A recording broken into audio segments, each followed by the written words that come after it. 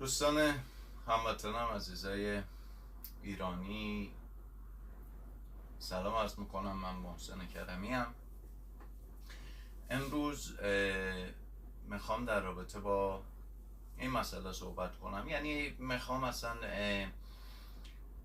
جنگ فرهنگی که اسرائیل علاوه بر جنگ نظامی، حمله نظامی، یه جنگ فرهنگی هم با ما شروع کرد، یه اختلافی بین ایرانی انداخت. میخوام بیشتر راجع به اون صحبت کنم. من متخصص جنگ نیستم، نمیتونم اصلا راجع به این مسئله نظری بدم و صحبت کنم، اما در رابطه با اون چیزهایی که خودم میفهمم و اصولا همش هم نظر شخصی خودمه، یه مقدار زیادی ناراحتی دارم از این اتفاقی که افتاده و دارن جدا کردن مردم ایران. ببین، من میگم ما قبل از اینکه این جنگ شروع بشه دو دسته بودیم توی ایران. یه دسته طرفداران حکومت، ارزشی ها، یه دسته هم طرف مقابل که ما بودیم، آزادی خواه ها و کسانی که دنبال اینیم که رژیم اسلامی، رژیم آخوندی از بین بره و ایران آزاد داشته باشیم. چه اتفاقی افتاده الان که جنگ شدیم یه دسته‌ای به وجود اومده. یعنی اصلا اون دسته آزادی خواه به نظرم دیگه کلن پیمانشون رو از دست دادن. یه عده‌شون از نگاه من کسانی هستن که حالا من قبلا میگفتم وطن فروش، اما الان شاید بتونم مثلا از کلمات دیگه استفاده کنم که مثلا متوجه نیستن، که یعنی تصورات غلطی دارن و فکر میکنن با جنگ نظامی که یک کشور دیگه با بمب و موشک و هواپیما حمله نظامی و تخریب زیرساخت ها، فکر میکنن با این روش میخوان ایران رو آزاد کنن. اما خب از نظر من اصلا یه همچین چیزی امکان پذیر نیستش و دو تا حالت بیشتر وجود نداره: یا ما خودمون میتونیم ایران رو آزاد بکنیم یا نه. هستن دوستانی که میگن نمیدونم اکثر انقلاب ها، اکثر آزادی ها بعد از یک حمله نظامی بوده. اما خب این که شما بگی کشورم نابود بشه، من اصلا نمیدونم. من هنوزم این سوال رو هیچ کس نتونسته به من جواب بده که بعد از اینکه کشورمون شد بدون صدا و سیما، بدون مخابرات، بدون اینترنت، بدون پالایشگاه، بدون انبار نفت، بدون مهندس، وقتی همه اینا رو از دست دادیم، بخشی از ساختمون رو از بین رفت، کلی کار از بین رفت، مشاغل از بین رفتن، اصلا آزادی مطلق، آزادترین کشور دنیا بشیم با بهترین طرز فکرها، به چه دردی میخوره؟ مگه الان توی کبیر کسی بره مثلا، حالا خیلی از این کسایی که حالا مثلا من توی اینستاگرام باشون بحث میکنم راجع به این اختلاف نظرمون، اصلا معنی آزادی رو نمیدونن. یعنی بزرگترین ایده هاشون آزادی پوششه. وقتی بهشون میگی بجز پوشش 4 را مثال بزن، میگن آزادی بیان، آزادی که ما بتونیم پارتی بگیریم، خوشحال باشیم، اینا. حالا همه اینا به جز اون قسمت آزادی بیانش که الان توضیح میدم خدمتتون، به نظر من جنبه هایی هستن که اصلا ما نباید به خاطر یه همچین چیزهایی، من اصلا دلم نمیخواد احساس کنم که دارم مبارزه میکنم که مثلا آزادی پوشه. البته خب من شاید خیلی نتونم تو این زمینه نظر بدم، به خاطر اینکه اصلا توی کشور اروپایی زندگی میکنم و این جور آزادی ها رو که دارم و خب اما نظرم راجع به ایرانه. الان من خب اگه ایران بشه یه کشوری مثل کشورهای اروپایی، خب من ترجیح میدم برگردم ایران، به خاطر اینکه هم درآمد بهتری دارم، هم زنده، هم خانواده‌مو دارم، هم که وطنم لذتشو میبرم. اما میگم با این دوستان که بحث میکنم راجع به آزادی، میبینم که مثلا طرف میگه آخوندا میان میزنن، فحش میدن، تحقیر میکنن، نمیدونم میکشن، به خاطر همین ما باید اینا رو بین ببریم. با چه روشی؟ با این روش که خودشون به من فحش میدن. منی که یه اختلاف نظر داریم دیگه، شما میگید از این راه ما میتونیم به هدفمون برسیم، من میگم ما نمیتونیم از این راه به هدفمون برسیم. این یه اختلاف نظره. یه همچین اختلاف نظری و وقتی شما میای با فحش یا مثلا میری صفحه اینستاگراممو نگاه میکنی، بعدا میای، خب من عکس خانوادگی دارم تو صفحه اینستاگرامم، میری نگاه میکنی، میای مثلا از اون چیزی که دیدی فحش در میاری به من میدی که بدونی دقیقا میزنی مثلا حال منو خراب میکنی.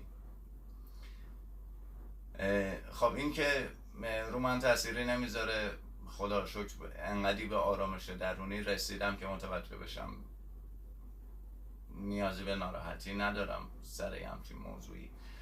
فقط اینو میخوام بگم که واقعا الان فرق شما با آخونده چیه؟ الان تویی که نمیتونی حتی در سطح دوتا انسانی که با هم حتی 90% طرز فکرمون هم مثل همه، سر 10% سر فقط همین موضوع جنگ و برخورد کردن با این مسئله یه اختلاف نظری با هم دیگه داریم، دقیقا داری کار آخونده رو انجام میدی. خب کار همین رژیم رو انجام میدی، به خانواده من بی احترامی میکنی بدون اینکه منو بشناسی، بدون اینکه بدونی من چی کار کردم چی کار نکردم. با اینکه تو همون صفحه اینستاگرامیم اگه نگاه کنی میبینی که من رفتم مبارزات رو تو خیابونا بودم، عکس و فیلم دارم، 1000 تا پست سیاسی دارم، 1000 تا حالا نه ولی پست های سیاسی دارم، اعتراضم رو اعلام کردم، با اینکه تو صفحه اینستاگرام شما جز عکس حالا اون چیزی که سلیقتونه به جز اون نیستش. یعنی شما یه عکس از خودت منتشر نکردی که بگی آقا من توی این فعالیت ها هستم، من توی این مبارزه هستم. پس تفاوتی خیلی از شماها، اکثر اون کسایی که الان من دارم میبینم توی اینستاگرام که طرفدار این جنگ هستن،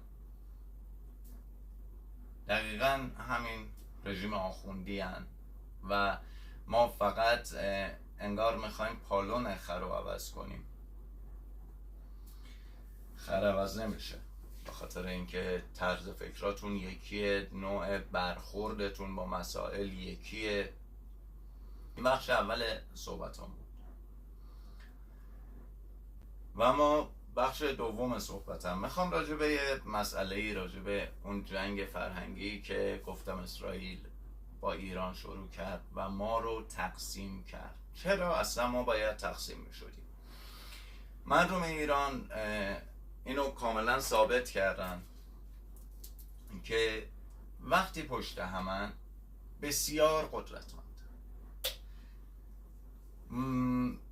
و به هر طریقی که شده گوششون رو به جهانیان میرسون، صداشون رو به گوش جهانیان میرسون و مقابله میکنن.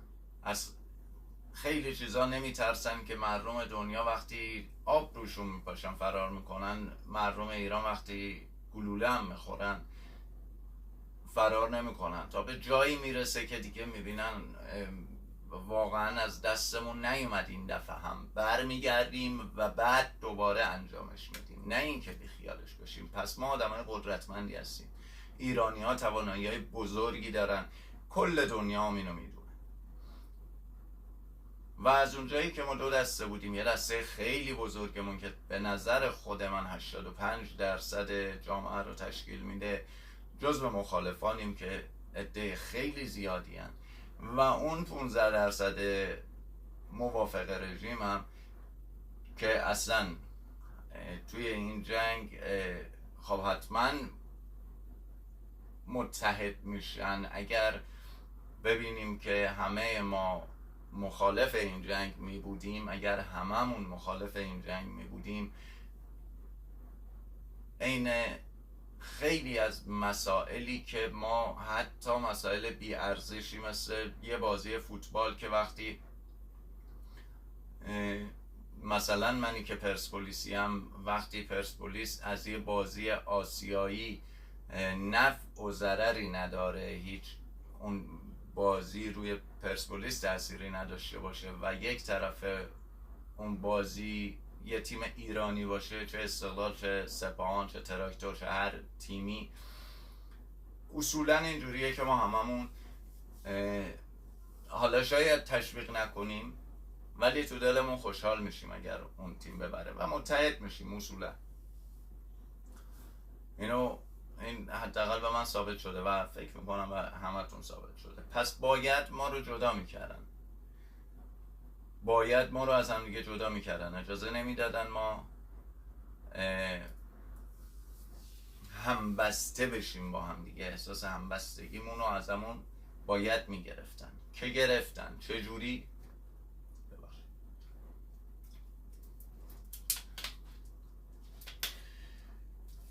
برای اولین بار در تاریخ جهان یک کشور به یک کشور دیگه حمله میکنه و کشور متجاوز که الان اسرائیل باشه، بلا فاصله بعد از شروع شدن جنگ یه صفحه اینستاگرامی که پر کاربردترین پلتفرم سوشال مدیا توی ایرانه و میدونن که مردم خیلی حواسشون به این اینستاگرام هست، یه صفحه با زبان کشور حمله شونده یعنی ایران، یه پیجی رو از توی اسرائیل درست میکنن با زبان فارسی. تو کدوم جنگ همچین اتفاقی افتاده؟ تو کدوم جنگ همچین اتفاقی افتاده؟ برای چی اصلا کشوری که حمله، مگه ایران الان صفحه اینستاگرامی درست کرده که مثلا با زبون عبری باشه؟ مگه الان روسیه و اوکراین الان زبانهاشون تقریبا یکیه، مقداری فرق داره، ولی باز هم نیومدن یه همچین کاری بکنن که مثلا روسیه بیاد پیج اینستاگرامی درست کنه مخصوص اوکراینی ها. مگه اون موقعی که اسرائیل به لبنان حمله کرد، به یمن حمله کرد، پیج عربی ساخت؟ مگه آمریکا به عراق حمله کرد، پیج عربی ساخت؟ این اتفاق فقط یک بار تو کل جهان افتاده، اونم همین امروزه که داره میفته. اومدن دست گذاشتن روی دقیقاً نقطه ضعف ما ایرانیا که آدم‌هایی هستیم که بسیار با گوشمون میتونن، با چشممون میتونن عقایدمون رو عوض کنن.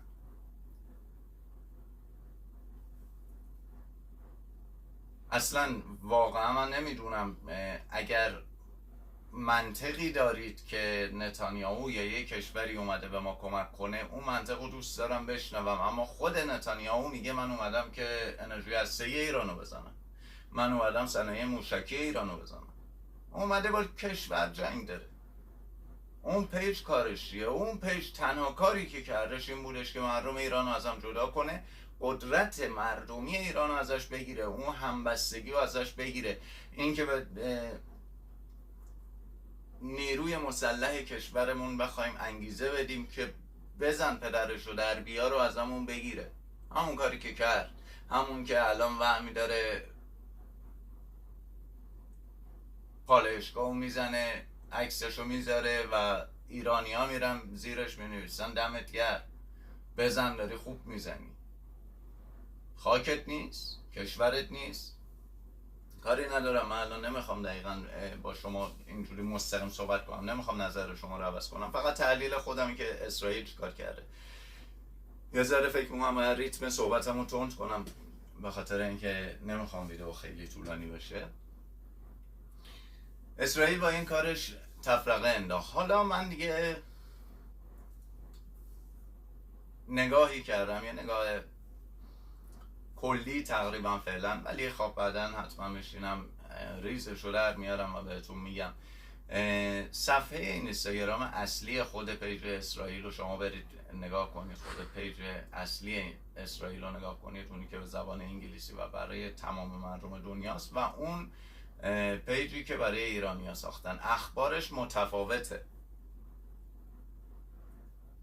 اخباری که توی پیج فارسی منتشر میشه دقیقا همون اخباریه که توی منوتو، توی ایران اینترنشنال و توی بی بی سی پخش میشه، و اون اخباری که توی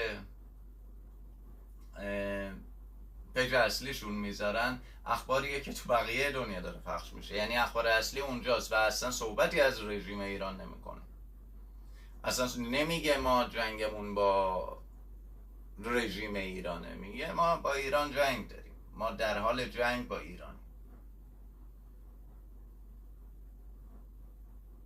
تفاوت وجود داره، به خاطر اینکه این پیج فقط ساخته شد برای آدم هایی که قدرت تفکر ندارن، قدرت تجزیه و تحلیل ندارن و فقط دنبال اینن که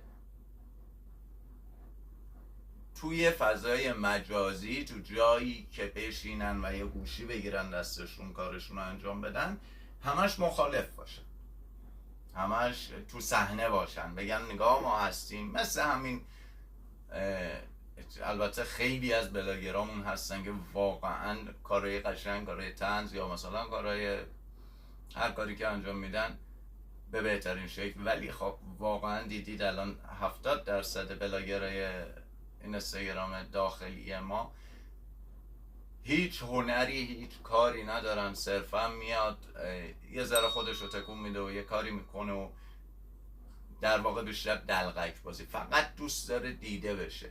الان به نظر من یه جماعت بزرگی از اون کسایی که دارن میگن اسرائیل کار خوبی داره میکنه که ایرانو میزنه، دقیقا همون دسته آدمای بی سواد، آدمایی که قدرت تجزیه تحلیل، قدرت این که یه ذره فکر کنن ببینن اصلا برای چی باید همچین پیجی وجود داشته باشه، برای چی اسرائیل این همه آدم فارسی زبان داره، برای چی این پیج داره به این روشی که ایرانی ها بالاخره. شما الان مثلا بری یه مدتی توی صفحاتی که بلاگر روس هستن، سبک بلاگرهای روس میاد دست، سبک اینستاگرام اونا یا مثلا تیک تاک اونا میاد دست، و این صفحه‌ای که ساختن کاملا سبک ایران، یعنی با نقشه است، یعنی این آماده شده برای این موضوع. بعد شما فقط کافیه ذره فکر کنید که اصلا مگه میشه این چی کار داری میکنی تو، که مگه میشه شما بخوای یه نفر رو ترور کنی بعد بری کشور رو بزنی؟ مگه میشه من الان بخوام خامنه ای رو بکشم برم توی نتنز برنامه اجرا کنم، کار انجام بدم، برم توی نتنز بمب بتره کنم که میخوام خامنه ای رو توی تهران بزنم؟ یه همچین چیزی امکانش وجود نداره، یعنی اصلا منطقی نیستش و فقط کافیه که ما یه ذره بیشتر فکر کنیم، متوجه بشیم که دست گذاشتن روی احساس اینکه آدمای ایران فقط دوست دارن حضور داشته باشن، و دقیقاً به همین دلایلی که من میگم یه مقداری باید بیشتر فکر کنید. و بعضی ها که خب کاملا مشخصه، میتونید اصلا برید ببینید از رفتارشون، از مدل حرف زدنشون، از دفاع های عجیب و غریبی که دارن میکنن، کاملا مشخصه که حداقلش مبالغی رو دریافت کردن و واقعا فروختن وطنشون رو، به معنای واقعی کلمه وطن رو فروختن.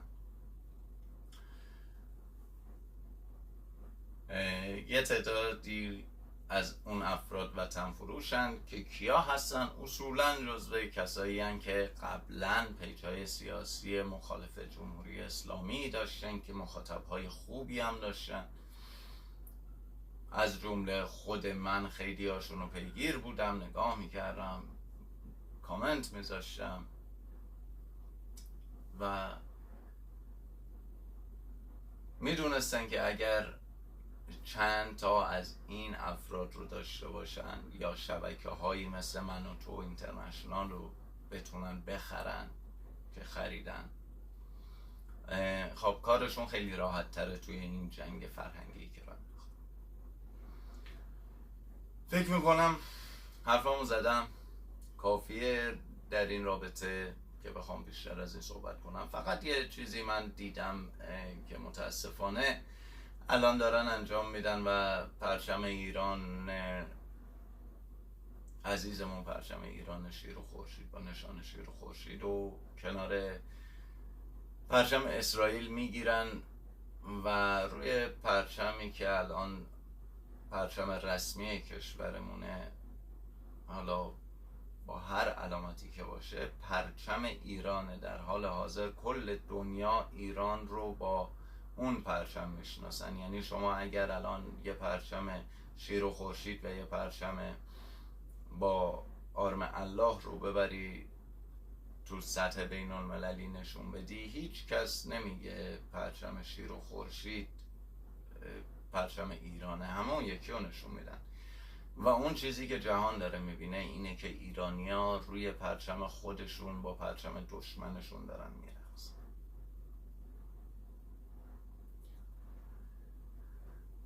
سالم و سلامت باشید، به دور از جنگ و استرس. موفق باشید. محسن کرمی.